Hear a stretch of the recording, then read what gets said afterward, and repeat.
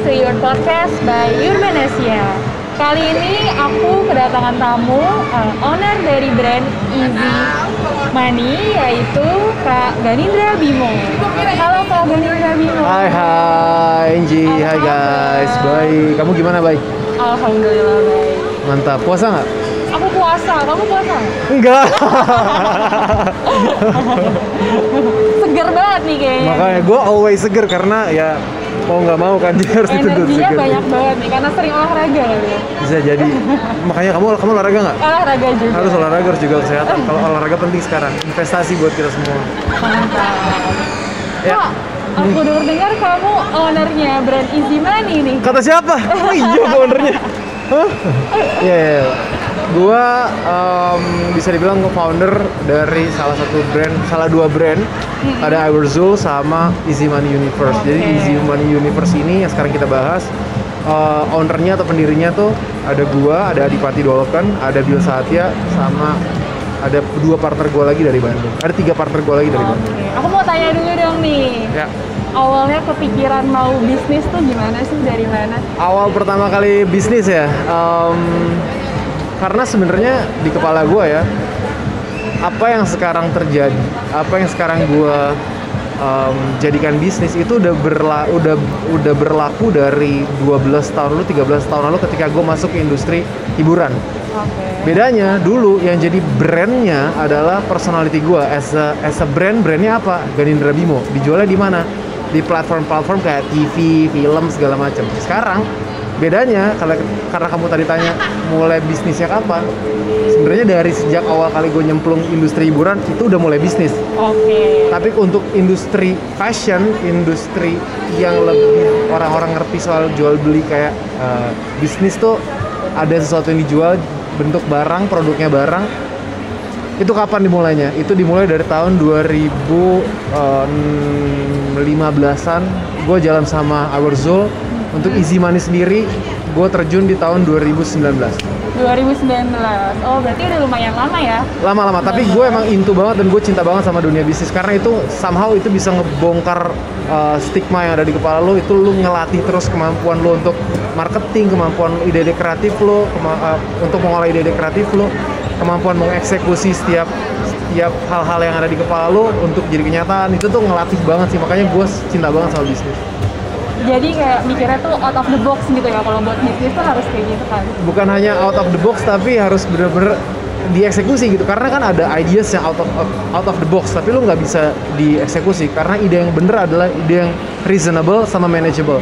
Kadang-kadang idenya mungkin bagus, tapi nggak reasonable. Atau somehow nggak bisa lu manage, ide itu nggak bisa di kenyataan. Oke, nah aku mau nanya lagi nih. Terus gimana ceritanya Easy Money itu tuh awalnya bisa kebentuk jadi, oh ini nih as in Easy Money gitu? Oke, for pertama kalinya terbentuk Easy Money tuh waktu itu gue ada syuting bareng sama Adipati di Inggris. Syuting film namanya Pemburu di Manchester Biru. Berdua nih, gue satu kamar selama kurang lebih 1,5 bulan. Dan setiap kali ada break syuting, kami tuh jalan-jalan untuk shopping. Waktu itu belum pandemi ya, jadi dulu nggak kenal coronavirus, jadi emang kerjanya jalan-jalan, lihat brand-brand fashion di UK itu kan kayak oh beda banget ya. Kita tuh di Manchester sama di London, gitu ya. Sampai akhirnya ke satu titik, gue sama Adipati ngerasain kayak, bro, ngapain ya? Kita punya dayanya kita punya modalnya, alias kapitalnya untuk bikin brand sendiri. Jadi ngapain kita mesti belanja kayak gini ya? Iya ya, bener juga ya. Jadi kalau lu tanya kapan terbentuknya, once gara-gara gue jalan-jalan kebanyakan belanja, akhirnya gue memutuskan untuk kita bikin brand sendiri aja deh. Mikir waktu itu, namanya apa ya? Gue sambil makan pretzels. Nyam. namanya pretzels aja kali ya. Oke deh, pretzels. Oh, awalnya malah tadinya mau pretzel. Tadinya pretzels. Kenapa? Karena kita nggak paham soal strategi branding, kita nggak ngerasain kayak kita perlu bikin nama yang serius. Karena itu udah kami lakukan di Iwerzul, gue udah lakukan itu di Iwerzul. Jadi gue pengen bikin brand yang kayak lebih santai aja deh gitu. Yang emang nyantai banget aja lah. Emang gitu. Nyantai. Pas akhirnya gue pulang ke Indonesia, gue ngobrol sama partner-partner gue yang lain, akhirnya kita bikin sepakat sama nama yang apa ya, yang easy aja deh, yang nggak perlu ribet, yang kita pengen dari segala sudut pandang itu nggak bikin ngejelimet, gitu. Yang easy dan cari duitnya gampang ya, apa easy, yang Easy Money aja deh. oh iya Easy Money aja gitu. Jadi terlahirlah karena based on disruptionnya tuh atau keresahannya apa sih, karena gue nggak mau ribet sama tata cara dan pola-pola ngebikin sebuah brand, akhirnya kita bikin sama namanya Easy Money. Nah, Easy Money tuh perspektifnya dari mana sih? Banyak orang nyangka perspektifnya gini, lu Easy Money tuh buat ownernya dapetin uang gampang. Salah, justru sebenarnya judgmental ya netizen ya bunda. Padahal sebenarnya yang terjadi adalah gua sama anak-anak pengen bikin brand yang justru Easy Money juga buat lo. Misalnya gimana, lo beli barang harga 10.000 bisa lo resell, atau lo beli barang di kami dengan harga sekian, lo bisa dapetin travel sepatu, atau lo bisa dapet tiket liburan ke A, B, C, D, F. Tadinya kami menyiapkan strategi-strategi seperti itu. Jadi Easy Money itu bukan cuma dari perspektif ownernya aja, tapi dari perspektif si crowd-nya juga, atau fansnya juga, atau buyersnya juga. Jadi memang dari beberapa sisi lah ya. Iya, jadi 360 keren. Integration sih. Mantul. Terus Kak, nih Easy Money itu kan orangnya ada beberapa orang ya. Nah itu gimana sih caranya kamu supaya kamu tuh kalian itu bisa nyatuin visi dan misi? Karena kan banyak orang nih di dalam situ. Susah banget sih. Jadi di Easy Money itu ada 6 orang, dan kita harus apa ya, ngebagi cake-nya supaya ketika pengambilan keputusan, ketika mengoleksi ide-ide, ketika mengeksekusi sebuah gagasan itu nggak tumpang tindih. Itu caranya gimana ya? Kita harus nentuin siapa alfanya, siapa betanya, siapa gamanya, siapa omega persennya. Jadi di anak-anak Easy Money bisa dibilang alfanya Bimo, betanya siapa? Ada si Haris sama si Isan misalnya gitu. Gamanya siapa? Ada Zul sama Bill. Omeganya siapa? Adipati. Semuanya berperan penting banget, karena untuk menentukan perannya sama role-nya supaya nggak tumpang tindih, supaya nggak terlalu terjadi chaotic, kita harus tahu role-nya masing-masing. Dan again, tadi gue udah bilang kan, masalah ide itu bisa ditemukan di mana aja. Iya, benar. Kebayang nggak? Ada 6 orang yang temen-temennya bisa dibilang pecinta industri kreatif, dan doyan banget bisnis, doyan ngulik, idenya segambreng. Tapi again, kita tahu ide yang harus di-manage itu gimana sih? Ide yang reasonable, manageable, plus ide yang menurut kami bisa ngasih makan brandnya. Jangan sampai kita bikin ide segambreng-gambreng, ternyata itu nggak bisa ngasih makan brandnya untuk apa. Jadi ya, menurut kami sejelimet-jelimetnya ownernya ada banyak. Prinsipnya ya, 1% ide, 99% eksekusi. I see. Berarti memang semuanya itu punya perannya masing-masing lah ya. Ada role-nya sama prinsip tadi. Idenya setengah jam aja. Let's say aku mau tanya, misalkan nih, kan kalian misalnya berenam tadi tuh, yang tadi dirimu bilang. Kalau misalkan 3 bilang A, 3 bilang B, cara nentuinnya gimana? Back to the alpha. I'm the freaking alpha, so I'll make the decision. Oke, boleh. Tapi desisi di mana nih? Gitu. Kalau Bimo alfanya di mana? Di sisi kreatif, di sisi manajemen siapa alfanya? Si Haris misalnya gitu. Dari sisi marketingnya sama promosinya siapa yang alfanya? Ada si Zul. Oh, berarti balik lagi, ditarik ke belakang lagi, ini pas bagiannya part apa? Part apa? Role-nya sesuai gitu. Gue nggak bisa punya banget ya Kak Bimo. Gue nggak bisa punya suara yang absolut. Gue nggak bisa maksain suara gue yang the loudest voice in the room ketika itu bukan ranah gue. Tapi once ranahnya gue, I can be the loudest person in the room, itu nggak apa-apa. You'll be the alpha, right? I'm always be the alpha. But a good alpha ya. Oke. Terus goals kalian tuh untuk Easy Money itu kedepannya gimana sih? Goals yang mungkin kalau dibilang sama orang-orang ya, goalnya Easy Money itu apa sih? Pasti cuan ya, dude. Kalau mau, ini gue ngomong sama teman-teman ya, dude, kalau mau cuan sebenarnya kita nggak perlu cari uang dari Easy Money. Kita bisa memonetize hal-hal lain gitu yang bisa mendatangkan capital, bisa mendatangkan margin. Goalsnya kami itu justru mengembangkan bisnisnya jadi sesuatu yang extraordinary. Contohnya apa? Jadi Easy Money itu, ini gue pertama kali ngomong di Urban Asia nih, karena kemarin gue udah sebut juga di interview sebelumnya. Gue bilang sebenarnya ini big secret banget, tapi gue harus ceritain karena sekarang kita udah masuk ke fase kedua. Easy Money dari retail fashion itu cuma fase pertama. Goals tujuan akhirnya tuh apa sih? Kita tuh lagi ngembangin IP business. Jadi core-nya IP business itu adalah intellectual property business. Wow, Jadi keren banget. jadi hashtagnya adalah you'll see me everywhere tuh bener. Karena kenapa kami suka banget kayak nge-bootleg atau kita kasih respon untuk sesuatu yang lagi ngetrend sekarang. Contohnya kemarin kita punya kaos yang ada gambarnya Travis Scott, ada yang gambarnya kaos tapi kita bikin bootleg, ada yang gambarnya Sub-Zero. Kenapa? Karena kami pengen ngasih lihat sama audiensnya, sama crowdnya, sama manusianya kalau kami itu ada di mana-mana. Dimulai dari bisnis fashion. Dan yang tentunya up to date dong ya Up to date. Karena harus jadi respon yang up to date sama apa yang terjadi di sosial sekarang. Dan itu goalsnya kemana? Garis tema benang merah utamanya tuh kemana sih? Untuk IP bisnis. Kalau sekarang dimulai dari bisnis fashion aja, kebayang nggak sih nanti ada kopi alien, ada hotel alien, ada ini easy money, bla bla bla. Jadi goalsnya adalah ke sana. Jadi ini adalah fase satunya. Berarti benar-benar mau dibikin kayak 360 lah ya. More than 360 sih. I see. Keren banget loh, ya ampun Kak Bimo. Itu di ideas. Menarik.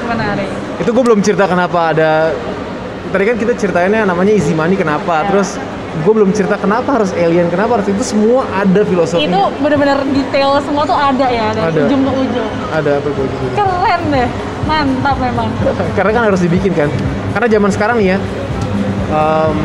dengan eranya digital, dengan eranya perubahan seperti sekarang, yang bisa dibilang eranya dinamis. Audiensnya semakin pintar, audiensnya mendapatkan informasi yang banyak banget. Setiap kali kita buka iPhone atau gadget atau apapun gitu, kita bisa dapetin ribuan informasi. Iya. Yang bikin audiensnya memilih lebih gampang itu disediakan di mana-mana. Tapi masalahnya sekarang audiensnya nggak punya banyak waktu. Jadi bener.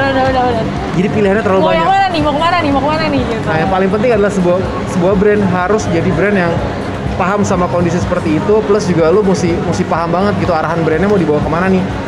Brand yang kayak Easy Money nih harus ngejar yang kayak gimana sih, market yang seperti apa, market yang niche. Nggak apa-apa market niche. Gua adalah brand yang ngejar market niche, but gua akan make sure gua jadi market leader di marketnya niche. Dari market leader dari market niche, gue bisa spread kemana-mana ke IP bisnisnya. Terus gue harus jadi brand yang seperti apa sih? Gue harus jadi brand yang responsible sama sosial. Gue harus jadi brand yang traceable atau gue bisa di track gitu. Ini brandnya dimulai dari mana sih? Tujuannya apa sih? Goalsnya apa sih? Purpose-nya apa sih? Concernnya apa sih? Jadi audiensnya juga udah believe sama trust sama isu yang kita bangun. Jadinya brand yang jadi relevan. Yang terakhir adalah sustainable. Kenapa? Karena yang paling penting dari sebuah brand adalah brandnya bisa bertahan lama. Percuma lu setiap hari ada. Dan itu challenge-nya di situ ya. Challenge-nya di situ. Setiap hari ada ribuan brand baru keluar. Tapi gimana jadi brand yang sustainable? Itu juga another level lagi untuk kita pikirin. Makanya tadi balik ke obrolan kita soal masalah narasi, soal segala sesuatunya kami create. Walaupun seakan-akan brandnya kayak anak kecil, kayak chaotic, tapi kita benar-benar mengkonsepkan segala sesuatunya karena kami percaya sama narasi tadi. Narasi untuk ngebuat brandnya sustainable. Tunggu, aku kepo nih sama. Tadi kan dirimu bilang ada alien, ada kopi, ada apa. Boleh dong bocoran sedikit buat Urbanesia nih, buat yang pada dengerin your podcast. Itu tuh filosofinya diambil dari apa dan kenapa? Apa nih yang alien? Ya alien, terus apa? Kalau alien itu sebenarnya itu kan gini nih. Orang banyak yang salah kaprah soal alien. Alien tuh orang mikirnya adalah datang dari planet lain, datang dari dimensi yang lain. Benar, emang itu sebuah logo yang kami pakai untuk mendeskripsikan itu. Tapi sebenarnya secara nggak langsung filosofinya secara garis besar apa sih? Lo bisa jadi alien lagi, gue bisa jadi alien. Ini orang-orang di sini bisa jadi alien ketika kita masuk ke sebuah ekosistem yang baru. Ketika kita masuk ke sebuah ranah ruang lingkup yang baru. Kita bisa jadi orang yang asing. Salah fokus. Ya kita bisa jadi orang asing, kita bisa jadi sesuatu yang asing atau yang belum pernah unidentified gitu, tidak bisa diidentifikasi. Itu identik dengan kata-kata apa sih? Terminologinya apa sih? Alien. Itu sih sebenarnya tujuan kami bikin alien tuh karena selain kita bisa jadi alien dimanapun kita berada, plus kita tuh secara nggak langsung pengen jadi perwakilan dari disruptionnya orang-orang di luar sana yang banyak ngerasa kalau manusia ini sekarang udah nggak melakukan tanggung jawabnya sebagai manusia. Bumi dirusak, ekosistem Iya, dirusak, bener. alam dirusak. Jadi kami hadir sebagai sosok alien untuk ngasih tahu kalau lo nggak bisa ngehargain planet lo, biar gue yang ngajarin gimana caranya ngehargain planet lo. Mantul. Aduh, keren banget ya. Ternyata Itu di balik filosofinya. alien tuh artinya itu, guys. Dalam sih, karena di dalamnya anak-anak Easy Money itu filosofi semua nih. Gua, Adipati, Bill tuh anak-anak filosofi semua. Karena Dodot apalagi, Dodot tuh Adipati ya. Dia lama di film kan, jadi dia segala sesuatunya dipikirnya sampai dalam banget. Salah satunya ini. Oke. Nah, tadi kan udah ngejelasin tuh kamu tentang 360-nya segala macam. Nah, gimana sih caranya kamu ngatasin ups and downs-nya di Easy Money? Oh ya, oke. Ini ngomongin ups and down ya. Kalau Iya. ngomongin soal naik turun dalam sebuah bisnis, itu sesuatu yang pasti banget. Sesuatu yang emang akan terjadi. Bahkan sebelum kita tahu kita mau berinvestasi untuk bikin sebuah bisnis, kita harus tahu bahwa ada yang namanya ups and downs. Cuman once kita udah tahu kita mau bikin investasi, kita mau bikin bisnis, kita harus sebelum kita agree untuk running the bisnisnya, kita harus tahu apa yang namanya sama manajemen spiritual, manajemen resiko, manajemen ekspektasi. Jadi once kita udah jalan bisnisnya ada naik turun, kita manajemen spiritual, kita percaya. Gimana tuh spiritual? Kita percaya kan, kayak belief gitu bahwa kita bisa ngelewatin fase ini. Beliefnya sama vertikal, horizontal. Kenapa vertikal horizontal? Iya dong, harus percaya sama kekuatan universe-nya, harus percaya sama kekuatan teman-temannya, harus percaya sama kekuatan circle-nya untuk ngelewatin semua fase masalah. Itu manajemen spiritual. Untuk manajemen ekspektasi, manajemen resiko, ada yang namanya strategic sama planning. Kalau kita planningnya A, B, C, strateginya A, B, C, eksekusinya A, B, C, gagal di A, masih ada planning B, C. Ya nggak apa-apa, kita coba. Kan setiap hari dalam hidup kita adalah A/B testing. Jangankan bikin bisnis, kamu duduk di sini aja, di kepala kamu pasti ada A/B testing kan. Bimo ngomong gini, jawabannya ke sini. Ini harus ke sini, harus ke sini. Itu juga terjadi sama dunia bisnis. Jadi once kita lagi turun, percaya aja kita bakal naik, dan strategi yang B, C pasti bisa ngebuat brandnya jadi naik. Itu manajemen ekspektasi sama manajemen resiko. Jadi menurut gua ketika naik turun gimana cara ngadapinnya ya, percaya, dan kita tahu kita harus cari cara sebanyak-banyaknya untuk memanage supaya pilihan-pilihan kita ke depan nggak menemukan jatuh lagi, walaupun pasti akan jatuh, tapi kita harus bangkit berkali-kali. Karena gue percaya ya, kita harus ngerasain namanya jatuh supaya kita tahu rasanya bangkit dan berdiri. Kalau kita nggak pernah jatuh, kita nggak pernah tahu rasanya bangkit, kita nggak pernah tahu rasanya lari. Jadi ya kalau jatuh nggak apa-apa, rasain aja. It's okay, it's very okay.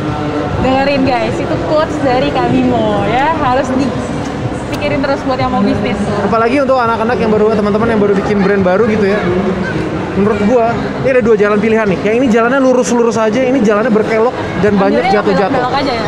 Pilihlah jalan yang jatuh dan bisa berkelok-kelok. Kenapa? Karena once lu bisa berdiri di ending nih, lu akan jauh lebih kuat, lu akan jauh lebih powerful dibanding sama orang yang jalan lurus-lurus aja.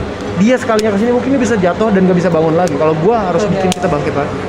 Tuh guys, ingetin guys. Kalau ada jalan lurus, pilihnya jangan yang lurus. Yang muter-muter aja. Kalau ada yang ribet, kenapa yang simpel? Nggak, bukan gitu ya. Maksudnya kalau ada yang bisa ngebuat lu jadi lebih kuat dan lebih tahan banting, lu harus pilih jalan yang itu. Itu di dunia bisnis. Kalau lurus-lurus aja lu nggak nemuin problem, once lu nggak ketemu problem, Monoton kalau lu nggak lurus aja. Bener nggak? lu akan monoton, lu nggak berkembang, dan lu nggak pernah nemuin solusi. Tapi kalau kita jalannya berkelok-kelok, kita bisa nemuin banyak banget solusi. Kita terbiasa sama problem, kita menjadi lebih upgrade, kita jadi lebih pinter.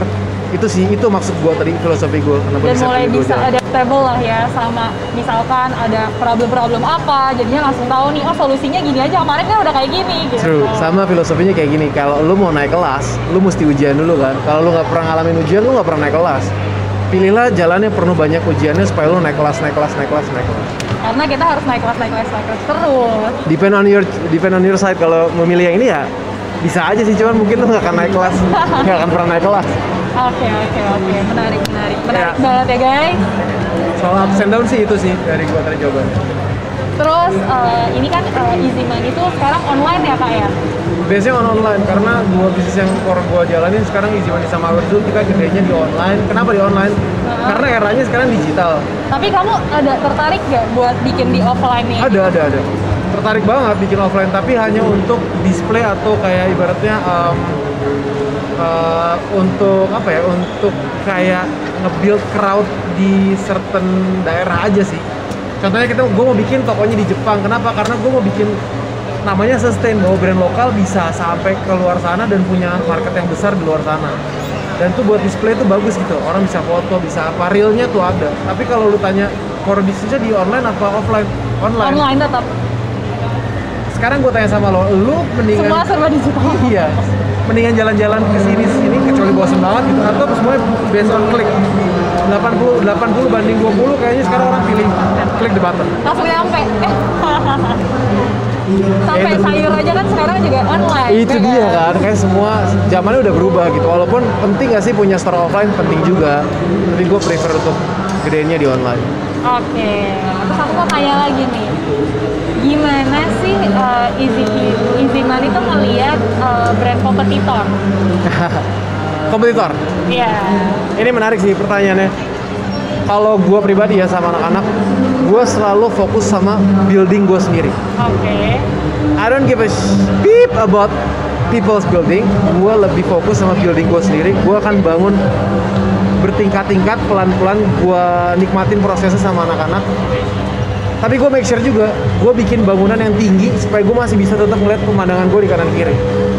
Maksudnya apa sih? Ya gue harus aware juga sama segala sesuatu yang lagi terjadi di circle-nya. Tapi apakah itu jadi ketakutan buat gue bahwa si B udah bikin itu, si C udah bikin ini, kita belum bikin ngapa-ngapain nih? Nggak perlu takut, karena kita punya proses yang kita jalanin sendiri, kita punya market kita sendiri, kita punya kelebihan kita sendiri. Satu itu, we focus on our building. Jadi yang kedua adalah tentang kompetitor. Kami ngerasa sekarang udah bukan zamannya untuk berkompetisi. Yang paling penting di era sekarang adalah berkolaborasi. Karena yang paling penting di zaman ini adalah bukan tentang menang sendiri. Percuma lu menang kalau lu menang sendiri. Catat kata-kata gue, percuma lu menang kalau menang sendiri. Harus bareng-bareng. Mendingan lu menang bareng-bareng. Plus yang paling penting sekarang selain kolaborasi adalah lu ngejaga ekosistemnya. Once lu bikin brand bagus banget, nggak punya kompetitor, crowdnya tiba-tiba hilang karena boring, dan lo ngerasa kayak lo kuasain market banget, ya lo ngapain ada di ekosistem itu? Karena kelak lo akan nanti klimaks. Lo sendiri lo akan nanti klimaks, audiensnya pasti akan ninggalin ekosistemnya. Yang paling penting adalah berkolaborasi, berelaborasi dengan brand lokal atau dengan brand besar. Dua-duanya, brand lokal yang lagi berkembang, brand lokal yang udah besar, atau brand luar yang lagi besar, lo berkolaborasi supaya semakin maju. Bangunan lo bisa fokus ke atas dan makin maju, makin solid, makin kokoh. Dengan begitu, jadi loyal customer juga makin banyak gitu ya. Percuma sih kalau lo nggak punya ekosistemnya. Kayak lo gue mau jadi MC, gue mau jadi MC terbaik yang pernah ada, cuma sendiri. Terus eventnya juga lama-lama kayaknya kita nggak butuh MC lagi deh karena nggak ada yang suka MC juga. Kan jadi blunder kan. Tapi kalau ekosistemnya ada kompetisi. Dan kalau dengan adanya kompetisi ya, itu bisa ngebuat lo, menstimulasi lo untuk jadi lebih baik. Bener deh? Jadi makin semangat mau berinovasi apalagi nih. Bikin apa lagi ya? Gimana ya? Itu sih kalau menurut gua tentang kompetitor. Jadi gua tidak takut dengan kompetisi, tidak takut dengan kompetitor, tapi menurut gua kami semua adalah teman, kami semua adalah brand-brand yang membangun ekosistem untuk kemajuan ekonomi Indonesia. Itu sih. Oke. Kak, aku mau nanya juga, Easy Money itu dari seller nggak sih, Kak? So far sih masih dalam tahap bukan negosiasi, kayak tahap pemikiran untuk ke arah sana sih. Nah itu yang bisa ngejelasin temen gue sih, itu alfanya another guy lagi. Tapi kalau lu tanya soal reseller, kami pengen sih kelak punya reseller. Cuma sekarang kami fokus sama brand building. Brand building tuh gimana? Kami fokus sama produk, kualitasnya, produknya, terus kami fokus sama niche marketnya, dan kami pengen banget menjadi sesuatu yang eksklusif dengan jualannya yang limited. Jadi jadi emang brandingnya dari awal tuh pokoknya brandnya limited aja. Ya limited. Mungkin ada beberapa produk yang bisa dibilang basic produk, itu lebih ke arah mass, tapi nggak banyak. Jadi kalau lu tanya soal reseller, ya pasti akan ada aja tanpa diajak kerjasama. Ada juga orang yang resell itu kan. Tapi untuk menjadi reseller yang dalam tanda kutip resmi, yang official lah, official gitu ya, reseller gitu, kepikiran sih, pengen banget. Cuman dengan adanya limitasi kuantitinya, itu kan juga ngebuat peran reseller takutnya, masa jadi reseller cuma ngejual 50 misalnya gitu kan, sayang kan. Itu sih. Tapi kalau tanya mau kerja sama atau enggak, mau banget. Sekarang itu juga bagus untuk kinerja timnya, itu bagus juga untuk pertumbuhan ekonomi dari internalnya Easy Money sendiri. Oke, menarik. Terus aku juga mau nanya, Kak, sistem pembeliannya sendiri itu di Easy Money itu gimana? sistem pembeliannya simple sih, itu ada CS-nya, ada ngobrol sama adminnya, bisa tinggal transfer gitu-gitu, jadi nggak ribet sih. Oh, jadi emang kayak yang udah biasa. Bisa lewat Instagram, bisa lewat e-commerce kami kerja sama yang hijau sama yang orange. Dua-duanya. Ya. Yang biru yang lain nggak? Yang biru belum jadi official store, kami baru yang hijau sama yang orange dulu, mungkin kelak akan sama yang biru sama yang warna-warna lain. Tapi mostly gaya komunikasi kami banyak juga yang beli dari Instagram juga. Selama ini lebih banyak orang-orang tuh yang beli lewat Instagram atau lewat e-commerce? Rata-rata nanya-nanya di Instagram, belinya di direct ke e-commerce. Tapi pasti selalu direct. Tapi direct ke e-commerce. Kenapa Instagram punya peran penting? Karena komunikasinya bisa kayak one on one kan. Dan gaya komunikasi Easy Money di Instagram tuh kayak bukan menghargai customer, kayak halo selamat siang kak gitu. Enggak tuh, kami punya diferensiasi di sana. Jadi kayak lo mau beli yang mana gitu. Ibaratnya lo mau beli yang mana? Yang mana yang mau ditanya? Mana saya sini habis bro. Jadi emang kayak temenan. Jadi nggak ada gap antara si penjual si pembeli. Jadi kayak bener-bener 1:1. Lo level lo di sini ya kita juga di sini. Kita ngobrol nih, kita temenan. Dengan gaya yang dalam tanda kutip mungkin lebih ajaib ya, karena emang gaya komunikasi kami, gaya penyampaiannya emang lebih ngehe, lebih tenge, lebih tengil lah. Karena itu harus dipertahankan. Kalau setiap brand harus punya identitasnya sendiri, harus punya itu brand identity-nya lah. Brand identity-nya di situ. Dan itu harus genuine. Jadi kita ngikutin siapa sih? Enggak, emang kayak gitu. Kita kayak gini gitu ya. Bukan manusia anyway kan ceritanya gitu. Bukan manusia anyway ya. Sah-sah aja sih alien ngelakuin itu gitu. Oke. Nah, dari tadi kan kita udah bahas tentang Easy Money. Aku mau nanya nih, pendapat Kak Bimo. Oke. Aduh, ada tisu ya nih, masker. Pendapat Kak Bimo tentang eksistensi UMKM di Indonesia itu seperti apa? Eksistensi UMKM di Indonesia seperti apa maksudnya? Pendapat gue dari direct question-nya apa tuh?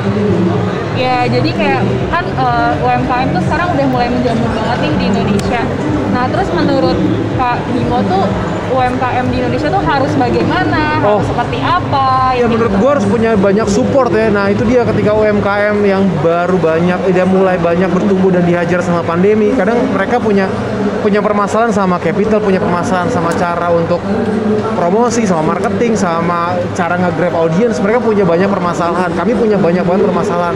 Dan itu harus punya banyak support. Supportnya apa sih? Dengan adanya event-event, dengan adanya komunitas-komunitas, dengan adanya build up trust, sama build up komunikasi antara brand sama audiensnya.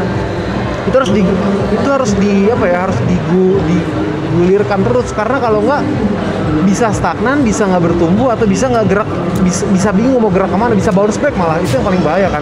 Nah terus gimana tuh saran dari Kak Bimo? Menurut gua bisa aja kayak support dari, ya mungkin dapat dana stimulus dari pemerintah, atau banyak event-event swasta yang dikasih dana dari swasta atau segala macem. Itu sih menurut gue yang paling penting. Gue lebih prefer banyak banget event-event offline, banyak banget stimulus-stimulus yang bisa ditawarkan ke teman-teman UMKM untuk terus bergulir. Karena kalau enggak siapa yang ngegerakin roda perekonomiannya gitu. Kalau sampai mati kan kita semua kena gitu.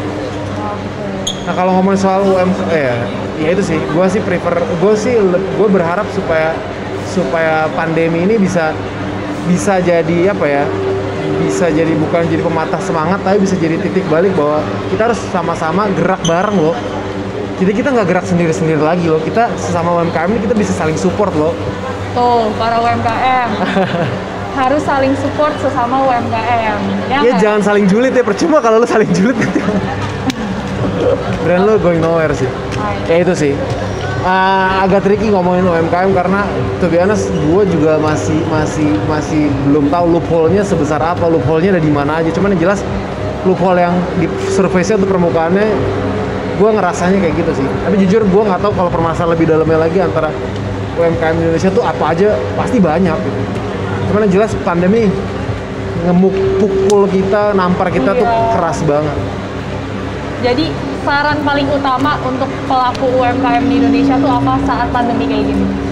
Tetap kreatif, percaya aja bahwa salah satu capital paling utama adalah bukan hanya tentang uang, tapi tentang ide-ide kreatif kalian. Dan Jangan pernah berhenti untuk berkarya, jangan pernah berhenti untuk cari ide-ide yang bisa dieksekusi dan bisa langsung kalian monetize lewat jualan. Tapi jangan terlalu cepat juga monetize-nya. Kadang-kadang orang punya ide, bikin segala sesuatu langsung dimonetize. Tapi langsung nggak dipikirin dulu A to Z-nya ya. Iya, langsung kayak gue harus cari cuan ya, bukan itu. Tapi lu harus living on it juga, lu harus cinta dulu sama brandnya, lu harus cinta dulu sama produknya, lu harus cinta dulu sama ekosistemnya, baru lu bisa memonetize itu. Semuanya butuh waktu, tapi again, banyak orang bilang kita butuh capital adalah uang. Enggak lagi, capital tuh bisa dalam bentuk banyak hal, bisa ada, bahkan bisa cari investor kalau emang ternyata ide lu bener-bener brilian gitu. Yang paling penting adalah creative capital dan capital diplomasi. Jadi lu bisa punya ide kreatif dan gimana cara menyampaikan ide lu untuk berdiplomasi dengan para investor, dengan teman-teman, dengan audiensnya. Itu sih menurut gue. Jadi jangan pernah berhenti untuk berkarya, dan jangan pernah takut untuk nyebar ide lo kemana aja. Oke. One last question buat Kak Bimo. Di kepala gue tuh banyak banget sih tadi kata-katanya, cuman. Tapi kalau mau jelasin nggak apa-apa loh, jelasin dulu sekarang. Iya kayak ide gitu ya soal UMKM, gimana caranya untuk sustain. Kalau gue sih percaya sama filosofinya, gue dengerin dari Mas Garin Nugroho. Aduh, kakak ini ya filosofi banget anaknya. Iya karena menarik kan, kayak Mas Garin Nugroho kan udah seru. Dia bisa proven, beliau bisa proven bisa ngejaga bisnisnya sustain di era pandemi. Kenapa kita nggak belajar dari orang-orang yang udah sustain gitu kan? Salah satunya adalah soal filosofinya tentang menebar ide, seperti ladang berpindah, dia bilang. Gimana tuh? Ladang berpindah tuh kayak lu punya ide 10 nih, ya lu sebar idenya ke tempat-tempat yang bisa membuat ide itu tumbuh. Misalnya lu punya ide jualan barang X, ya lu sebar ke ladang yang kira-kira ide X ini bisa bertumbuh dan akhirnya bisa berbuah, bisa lu jual buahnya. Jangan cuma lo punya ide, lu dipikirin doang tapi jalan-jalan. Either dipikirin atau gue punya ide X, lemparnya ke ladang A. Gue mau bikin baju basket, lemparnya ke anak-anak yang lagi berenang. Ya, lu nggak akan pernah laku gitu. Gue mau punya ide soal bikin lapangan basket, lempar investornya kemana? Orang-orang yang suka bikin bioskop. Ya lu salah gitu. Nah itu ketika lu punya pemahaman filosofi seperti ladang berpindah, ide lu punya 10, ya lu sebar idenya ini ke tempat-tempat yang idenya bisa bertumbuh. Sama filosofi nasi campur katanya. Gimana tuh? Itu juga menarik tuh, ketika ide-ide banyak banget loh filosofinya loh. Iya kan, lucu kan kalau misal lu punya ide kayak filosofi nasi campur tuh kurang lebih kayak gini. Sekarang adalah zamannya serba modern, tapi jangan lupa juga ada namanya kebangkitan culture relevance. Apa culture relevance tuh orang-orang yang suka sama budaya setempat gitu. Jadi kalau kita bisa combine, kita UMKM baru yang pengen menjual sesuatu, nggak punya ide, ada lo namanya ide nasi campur. Penggabungan ide antara ide konsep modern sama ide konsep yang tradisional.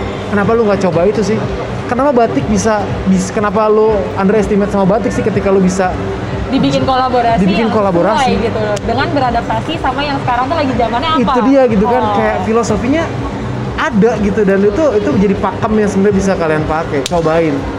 Ya itu sih maksud gue ketika lu tanya tadi apa yang saran utama untuk teman-teman UMKM, ya banyak kok filosofi ini aja gue baru dapat 2 dari salah satu maestro gitu. Kenapa kalian nggak bisa cari filosofi yang bisa ngebuat produk kalian atau brand kalian bisa bertahan di era seperti ini. Keren banget sih.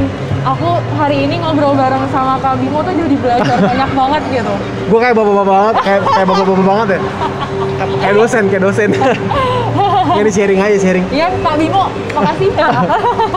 Teman-teman juga koreksi ya kalau gue punya salah atau punya apa. Ini kita sharing aja, karena gue bukan menyampaikan sesuatu ilmu yang valid, tapi gue menyampaikan sesuatu dari pengalaman gue based on my experience. Kita trial error sama-sama, tapi gue men-share apa yang trial yang udah pernah gue lakukan berbuah hasil. Errornya nggak gue share, karena error yang gue share mungkin bisa dilihat dari perkembangan brand gue aja sih.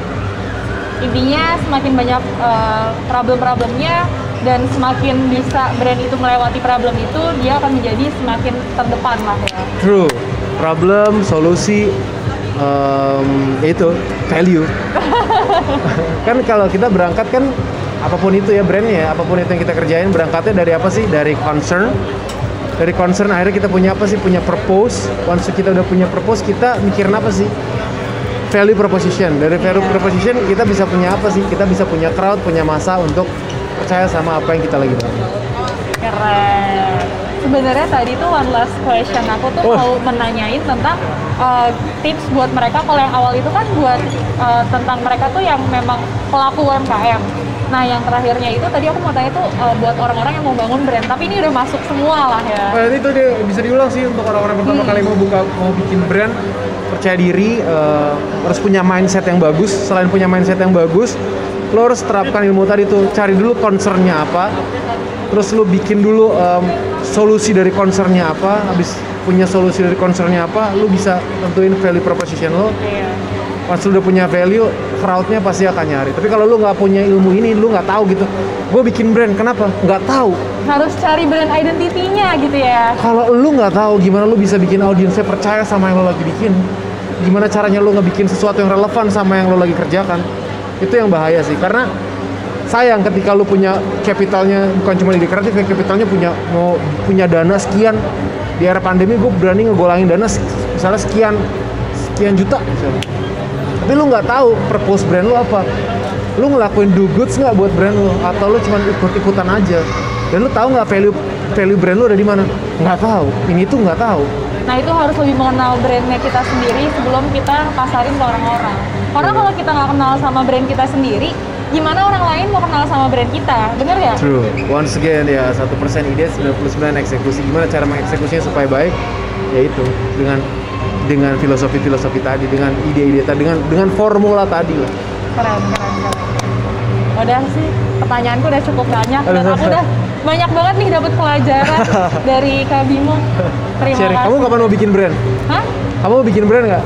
Mau sih, aku kayaknya bakalan mau belajar sama Kak Bimo deh nih. Buat gua, lu udah jadi brand sendiri, kayak lu bisa langsung sukses sih kalau lu bisa tahu cara branding diri lu sendiri. Intinya harus bisa personal branding ya. Iya, personal branding itu penting banget. Menarik banget. Terima kasih banyak loh atas sharing-sharingnya. Tapi aku dari tadi tuh agak salah fokus sama bajunya. Nanti abis ini aku mau mampir ya. Iya. Kau minta aja nanti. Oh, boleh minta. Boleh dikasih nggak nih? Minta aja. Wah, aku dikasih loh beneran. Aman. Canda ya Kak. Oke. Tapi kalau beneran juga nggak apa-apa. Aman, ambil. Beneran nggak apa gua. Tondong namanya. Jadi terima kasih banyak Kakak atas sharing pengalamannya, sharing juga tentang ups and downs bisnisnya. Semoga Easy Money sukses terus. Amin. Dan semua goals-nya tercapai. Amin, sama-sama ya. Sukses juga buat kamu dan teman-teman dari Urban Asia. Terima kasih banyak Kakak atas sharingnya. Oke. Udah nih? Udah, kalau begitu aku pamit dulu ya. Sampai berjumpa lagi di podcast by Urban Asia selanjutnya. Dah.